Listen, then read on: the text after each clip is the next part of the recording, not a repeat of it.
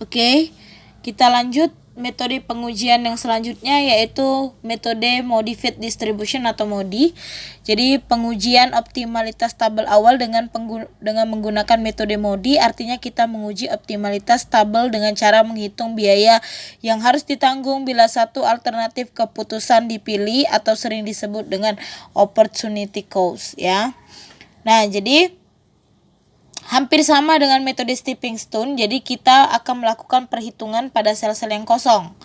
Namun pada metode MODI ini, sel-sel kosong tersebut menghasilkan nilai opportunity cost positif, maka menandakan bahwa tabel belum optimal. Nah, ini rumusnya ya. Jadi ini OIJ sama dengan UI ditambah FJ dikurang dengan CIJ. Jadi ini nanti tergantung dari baris dan kolom ya, tandanya nanti di sini. Oke, jadi kita langsung masuk saja ya. Jadi kita langsung masuk NWC dan metode MODI. Di sini untuk menentukan nilai UI dan FJ-nya untuk setiap baris dan kolom pada tabel awal, lalu menghitung nilai masing-masing sel kosong dengan persamaan 8.1 tersebut ya. Yang ini. Setelah menghitung nilai OIJ masing-masing sel kosong, kita memilih sel yang menghasilkan OIJ paling besar. Terakhir, melakukan relokasi distribusi berdasarkan jalur tertutup yang dibentuk berdasarkan sel kosong yang dipilih. Iterasi dihentikan apabila semua nilai OIJ telah bernilai negatif atau 0. Jadi iterasi berhenti ketika semua nilai OIJ telah bernilai negatif atau 0. Oke, sekarang kita langsung ya, pengujiannya yang kita lakukan itu adalah metode Northwich NWC ya dengan metode MODI. Oke, sekarang langkah pertama sama seperti stepping stone ya. Jadi sama seperti stepping stone, kita harus mengecek dulu tabel awal kita ya. Dua cara. Yang pertama, apakah tabel ini mengalami degenerasi dan redundansi tadi. Jadi langkah pertama kita cek dulu dengan aturan M tambah N ya. Pertama, M tambah N dikurang 1 berarti jelas ini ada 3 baris. Tambah 3 kolom dikurang 1 itu sama dengan 5 ya. Kemudian kita cek sekarang di tabel awal kita ini apakah pendistribusiannya jumlahnya juga 5. Oke, kita lihat 1 2 3 4 5. Oke, berarti klop ya. Jadi tidak mengalami degenerasi ataupun redundansi. Oke, yang kedua kita cek apakah baik dari per baris ataupun per kolom itu sudah sama dengan kebutuhan dan kapasitasnya. Harusnya sudah sama karena kita sudah memperoleh tabel ini dari metode yang tabel terakhir dalam step metode ya. Jadi biasanya sudah sama semua. Oke, jadi 400 tambah 200 600 500 klop ya, kemudian 100 tambah 700 800, kemudian di kolom pertama ini 400, 200 tambah 500 700 tambah 100 800, kemudian ini 700 ya. Oke, semuanya sudah klop. Nah, kalau sudah seperti itu baru bisa kita lakukan pengujian untuk metode MODI ya. Oke, jadi seperti yang telah dicoba sebelumnya, tabel tersebut belumlah optimal sehingga perlu dilakukan pengoptimalan dengan menggunakan metode MODI ya. Jadi kita sudah cek kedua-duanya tidak mengalami degenerasi ataupun redundansi, kemudian semuanya sudah pas sesuai dengan kapasitas sumber dan kebutuhan tujuan. Kita langsung masuk pada langkah pertama, yaitu untuk MODI. Langkah pertamanya adalah menentukan nilai untuk setiap baris dan kolom yang ada pada tabel awal. Oke, perhatikan aturannya di sini ya. Jadi yang pertama itu nanti kita diharuskan untuk menentukan baris mana yang diberikan nilai 0. Nah, langkah pertama baris mana yang akan kita berikan nilai 0. Nah, ada aturannya ya. Yang pertama, baris yang diberikan nilai 0 adalah baris yang pertama, atau baris yang diberikan nilai 0 adalah baris yang memiliki sel terisi alokasi paling banyak ya. Yang perlu diingat adalah kekonsistenan baris yang diberikan nilai 0. Ini, oke, garis bawahi ya. Kekonsistenan baris yang diberikan nilai 0. Jadi apabila pemberian nilai 0 untuk pertama diberikan pada baris pertama, maka untuk siklus selanjutnya baris pertama akan selalu bernilai 0 ya. Oke, jadi ini rumusnya ya. diperoleh dari yang pertama tadi ada OIJ sama dengan UI ditambah FJ dikurang dengan CIJ ya. Oke, sekarang kita lihat pertama C11 ya.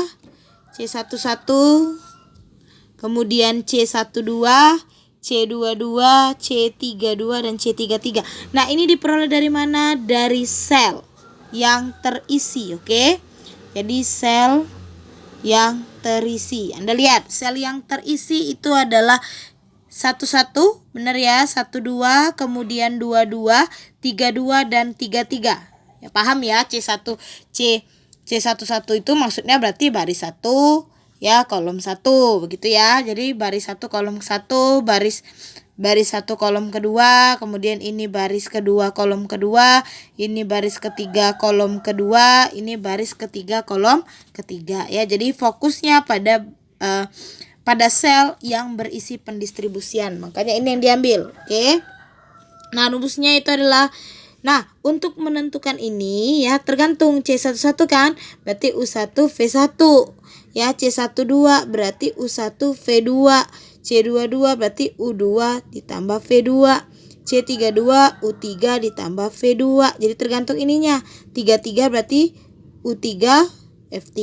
Misal seandainya nanti tabel kita terisi yang ada terisi C23 ini misal berarti U2 gitu ya ditambah dengan V3. Nah, ini diperolehnya dari mana? Dari sini nih ya. Dari ini pendistribusiannya 20 ya. Jadi ini diperoleh dari 25, 20, 10, 19 dari sini. Ya, dari angka-angka ini. Oke, dari angka-angka di mana sel yang terisi tadi. Oke, nah sekarang diberikan 0 ya, 0 karena untuk baris pertama tadi 0, 0, kemudian nanti dapatlah hasil baru ya. Ini perhitungan aljabar. Nanti diperoleh seperti ini 25, 15, 5, 14 gitu ya.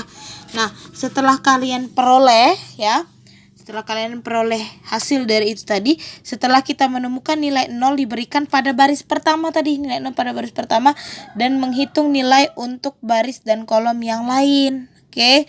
Nah, jadi ini ya. Oke, baris pertama 0. Nah, kita hitung ya. Kemudian langkah keduanya menghitung nilai opportunity cost pada sel-sel kosong, lalu menentukan sel mana yang memiliki OIJ terbesar. Jadi pada langkah ini kita akan menghitung masing-masing nilai opportunity cost ya pada sel yang kosong. Nah, yang ini berarti pada sel kosong. Hal ini dilakukan untuk melihat apakah masih ada sel kosong yang bernilai positif. Jadi kalau masih ada yang bernilai positif ya kita cek. Kita lakukan lagi nih 1, 3, 2, 1. Ingat kalau yang ini opportunity cost-nya itu diambil dari sel kosong ya. Nih sel yang kosong ya, sel yang kosong yang tidak berisi pendistribusian maksudnya. Oke, masukkan rumusnya kayak tadi sama ya, tergantung dari ininya. U1 tambah F3 min C13 ya, ini sesuai dengan baris dan kolomnya. Ya, kemudian kalian masukkan angka-angkanya ya, sehingga nanti dapatlah hasilnya ini 6, 20, 19 dan 6. Jadi berdasarkan perhitungan tersebut ya, ternyata semua nilai OIJ pada sel kosong bernilai positif. Jadi semuanya bernilainya positif. Jadi kita harus ya, membuatnya. Nah, kalau sudah ya, kita akan memilih sel 21 sebagai tempat relokasi distribusi. Kenapa? Karena OIJ-nya paling besar ya. Jadi yang paling besar. Jadi yang paling besar itu yang dipilih. Oke, kemudian langkah ketiga melakukan relokasi distribusi sel yang telah dipilih dengan cara membuat jalur tertutup yang paling efisien. Nah, untuk melakukan relokasi ke sel yang telah dipilih pada langkah kedua, kita diharuskan untuk membuat jalur tertutup yang paling efisien. Jadi jalur tertutup ini sama seperti metode pada stepping stone ya. Jadi jalur tertutup yang dapat kita buat dari sel 21 ya. Nih, jadinya seperti ini. Oke. Jadi pembuatan jalurnya itu sama seperti stepping stone dengan syarat ya, dengan syarat bahwa hanya berisi satu sel kosong ya. Jadi jalur tertutup yang dibentuk bermula dari sel 21. Kenapa? Ya, itu tadi kenapa dipilih 21, karena dia memiliki nilai opportunity cost positif yang paling besar. Nah, ingat setiap memulai pada sel kosong tanda positif ya. Jadi tanda positif itu kenapa positif nanti pertanyaannya ya. Jadi ini untuk sel kosong. Nah, untuk selanjutnya selang-seling. Oke, untuk selanjutnya selang-seling. Nah, sama seperti menentukan stepping stone. Kemudian ya, langkah selanjutnya untuk melakukan alokasi distribusi baru perlu diperhatikan sel yang memiliki tanda minus. Ya, jadi dari tabel ini yang mempunyai tanda minus itu ada di sel 11 dan 21 ya. Yang punya tanda minus, sel 11 sama sel 22 ini nih yang punya tanda minus. Nah, yang punya selanjutnya di antara sel tersebut ya dipilihlah alokasi yang terkecil. Di antara yang minus tadi dipilihlah alokasi yang terkecil. Sel 11 dan sel 22 yang alokasinya paling kecil itu adalah sel 11. Oke. Yang paling kecil. Nah, ini jadi dilakukan pendistribusian pertama. Ini di sini nih ya. Dia yang paling kecil di sini. Sehingga tadinya kan 400. Nah, dia pindah lagi ke sel yang kosong, turun ke bawah, ya. Nah, tadinya ada 500 di sini. Kalau di sini 500 tidak klop, 400 tambah 500 900. Sehingga kita anulir ke sel-sel yang lainnya. Tadi pindahkan dia di sini harusnya 500 awalnya. Karena kita tadi pindahin 400 kan nggak mungkin 400 tambah 500 jadi 900, tidak klop. Makanya disebar ya. Karena cuman kurang 100, nah yang lain pindah ya. Pindah ke atas dan ke bawah ya. Boleh pindah ke atas juga nggak apa-apa. Jadi disebar angka kelebihannya tadi. Oke. Nah, kalau sudah ya, setelah didapatkan tabel realokasi pertama, kita akan mengulangi kembali. Jadi langkahnya diulangin lagi sama ya, langkahnya diulangi dari awal sampai akhir ya. Sama sampailah tadi ya, sampailah dia stop tadi. Kalau modi tadi stop ketika apa? Ketika iterasinya berhenti ketika semua nilai opportunity cost atau OIJ-nya itu telah bernilai negatif atau 0. Jadi ketika masih ada yang bernilai positif maka terus ya. Nih, jadi ketika kita cek ini lagi diulang lagi langkah pertama. Langkah pertama tadi kita melihat sel yang terisi. Ingat ya. Kemudian langkah kedua baru menentukan opportunity cost-nya ya dari sel yang kosong. Ketika kita lihat ternyata masih ada yang bernilai positif. Kalau masih ada yang bernilai positif maka langkah itu akan terus lanjut ya. Langkahnya akan terus lanjut. Nah, nanti pas di akhir kita perolehlah ya. Pada saat di akhir nanti akan kita peroleh tabel terakhirnya ini ya. Ini berhenti. Kenapa dia berhenti? Ya, karena opportunity cost-nya itu semuanya sudah bernilai negatif. Makanya iterasinya berhenti ya. Ketika iterasinya sudah berhenti, maka dibuatlah lagi seperti biasa ya. Sel-sel yang digunakan tadi, biaya dikali bebannya, kemudian diperoleh ya. Dapatlah nanti hasilnya 19.800 ya. Oke, untuk pengecekan yang lain FAM dengan modi, RCM dengan modi ya sama saja ya. Tapi ingat lihat dulu yang di awal ya, tabel awalnya. Oke. Demikianlah nak ya penjelasan dari Ibu ya. Jadi sambil mendengarkan, sambil melihat diktat, sambil dibaca juga agar lebih paham. Kita buka diskusi jika ada yang mau ditanyakan.